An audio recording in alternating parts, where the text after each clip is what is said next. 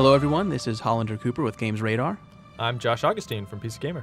And I'm Gavin Townsley from PC Gamer. And today we're talking about Guild Wars 2. And I know you guys played a lot of the beta, which I was not invited to, and I'm upset about that. I'm sorry. But that's okay, because I'm going to ask you about it, so you guys can just answer all of my questions anyway. So my first question, I know the first Guild Wars had a few different classes, but only one race, and character creation was fairly limited. How does Guild Wars 2 compare? Yeah, there's definitely more races. So there's 5 races. We were able to play 3 in the beta. We played Human, Char, and Norn. There's also Silvari, which are the crazy plant people, and Asura, the tiny little rabbit dudes. And does the size difference actually play into it at all? Yeah. Absolutely. It's much like Guild Wars, the original, where when you pick your race, it says you can be between this height, and then you just get to choose between that. But Gavin made a tiny little human girl, and I made the largest Norn I could, and she probably only went up to my waist. Yeah, waist height tiny. at the top of my head. And have you noticed that actually creates more interesting party builds than your typical MMO? Yeah, totally. I mean, it looks more exciting that way. Mm-hmm. I'm sure all the PvP people will just be the smallest tiny possible. Smallest target. Yeah. Now, and all the tanks will be the biggest. Yes. So how about the classes? There are, 8 classes Yeah. in the game total? I only played Warrior and Guardian myself, and I think you were a Mesmer. But they're pretty fun. I'm a little disappointed not to see as many as in Guild Wars, but who knows? Yeah, all of these classes are classes in Guild Wars, but the thing that excited me was they're a lot more interesting. The Mesmer in the original game, it's all about illusions and that sort of stuff, and they have a lot of tricks and debuffs. But in this game, you're actually like creating clones of yourself that are going everywhere that look exactly like you. Then you can shatter them, and they just break into this beautiful like stained glass butterflies that kind of float away. Yeah. Mesmer is definitely one of the more interesting looking classes, but the Warrior was a big improvement over Guild Wars 1 as well. You're not just hitting a button and watching your character chase things around. It's a lot more inclusive into your skill and stuff. And sort of on that topic, I want to know about the combat. Typical MMO combat is essentially like whack-a-mole. Like, oh, my ability's up. Hit the button. It turns gray. 12 seconds. It's back up. Hit the button again. How does Guild Wars 2 compare? Yeah, it's kind of halfway between that and an action RPG. So it's not fully action RPG. You can still target people, and you have abilities that have cooldowns, and you're not like executing combos or something with your mouse button like you do in DCUO or Batman or whatever. But so your abilities can be activated any time, and they'll activate whether you're going to hit your target or not. And it's up to you to make sure that you're within range, targeting the right way, and make sure that your spells are actually hitting who you want them to. So it's sort of like a more physical, I'm trying not to use visceral, but more physical, like more sense of, I guess, physics would be almost the actual way. And the dodge mechanic plays into that really well. You're encouraged to jump out of the way from big attacks, and you can do it twice, and then I think it's once every like 5 seconds you can do it again, and you can dodge like by diving left or diving back, or even if you want to go forward a lot faster, dive forward. And when you dive, is it actually, I mean, it actually will avoid the damage? Yeah, it is a roll. absolutely. Yeah. Oh, okay, that's obviously much different than typical MMOs. Yeah, so it's not a dice roll or anything. And how about like other generic gameplay stuff? Like, have you noticed, I know you guys didn't get a chance to go too much into crafting, but did you notice like gathering nodes or things that like people are just kind of expecting in an MMO? There's definitely crafting. It's somewhere between kind of the traditional MMO, and it had some influence from Skyrim, I felt, where everyone can craft or kind of gather anything, and you get XP for gathering. But crafting, you can kind of learn new recipes just by tossing different regions together. But it warns you like, hey, there are 3 possible recipes that can come from this, or you aren't going to get any recipes. Stop trying to combine these things. Right. You know. So that was pretty cool.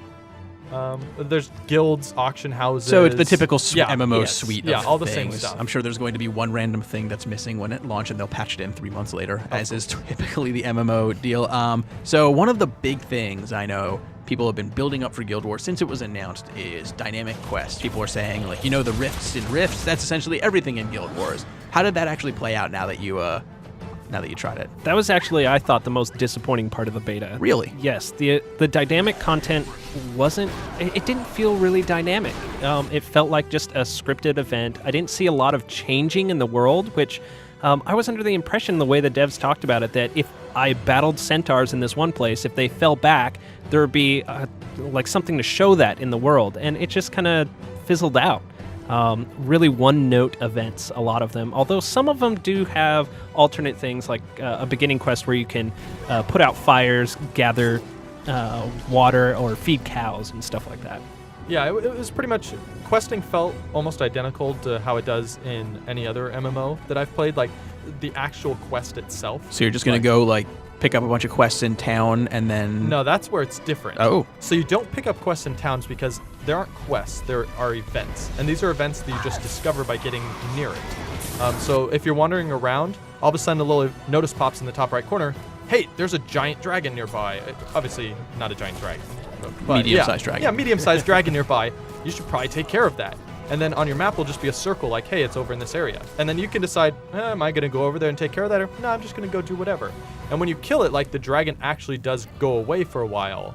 But it's not like when you kill the dragon, suddenly the people come out of the village and, the village is saved, and now the village expands or something. It's just like, no, the dragon's gone, it'll respawn in 30 minutes. Do you see that do you think that's going to end up being a problem in the final game? Like, oh, I know there's a dragon quest over here, but that guy just killed the dragon, so I kind of have to wait. No, I don't think so, because the other cool thing about the questing system is the way the event works, everyone's getting credit and you don't have to group up. So even if someone's killing the dragon, you just go over there, help kill the dragon, and then at the end, it gives you rewards based on how much you participated. So if you helped a lot, you're going to get a lot of rewards. And if you didn't, then no big deal. So the questing, instead of going from town to town and just gathering quests, it's kind of exploring, would you say? Yeah, the world's really organic in that way.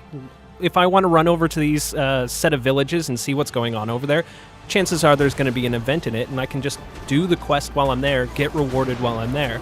And that makes it a lot more fun than a traditional quest system, at least in my opinion. Like, is the world interesting enough where you really want to just wander around and do that stuff? Yeah, I mean, coupled with just how gorgeous it is, you're encouraged to run around and explore, and the map is set up perfectly for that, giving you hints on where you can go and scouts that will show you other areas that you haven't discovered that you can go, and it makes for a really great organic experience. Yeah, and as someone who's a total completionist, there's a little bar on the map that tells you, oh, you've done 20 of the 24 events in this area. And so I'm like, oh, gotta explore. And it's like, oh, I haven't climbed up that giant mountain yet. And you climb all the way up there, and then all of a sudden there's an event and something's happening up there. There's a giant yeti you have to take out or something. And so there was kind of fun nuggets to kind of get you exploring around. All right, so the other half of the game, PvP. Can you go in? I know you mentioned at one point there's almost like two kinds of PvP. Yeah. Can you talk about the first, the instanced one? Yeah. Yeah, instance PvP is a little bit different in the mechanics of how you get in.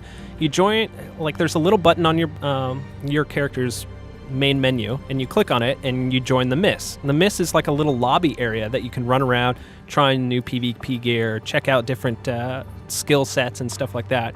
And then you, like, browse a server list and join matches that, have players in them. And if you're tired of that match, or you have somebody that's really hard to fight against in it, you can either buy a pill, switch to a different team, or, go to a different server.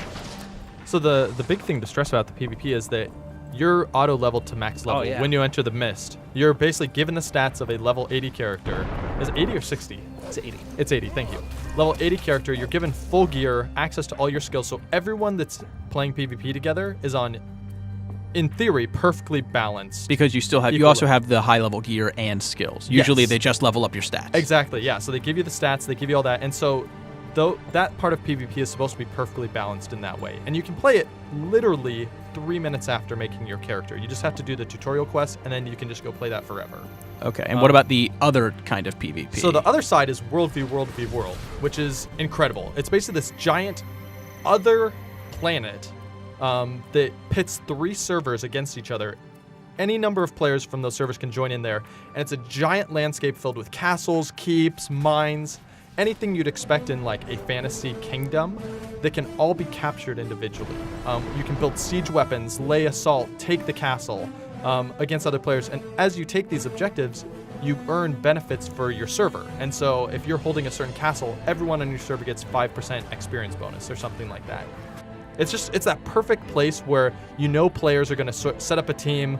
A whole guild is going to be dedicated to guarding this one tower at night against these people, and that's all they're going to do. Setting up watches. Yeah, and it's going to be totally organized, and I just love that sort of thing. Awesome. So obviously the game's kind of being beta tested now. Is there a release date? It's coming out this year, they said. If I had to guess, there weren't a ton of bugs. We only played up through level 15, so I mean, obviously that's going to be the most polished area, but I would guess sometime in the summer, I'm hoping. Yeah, I would agree.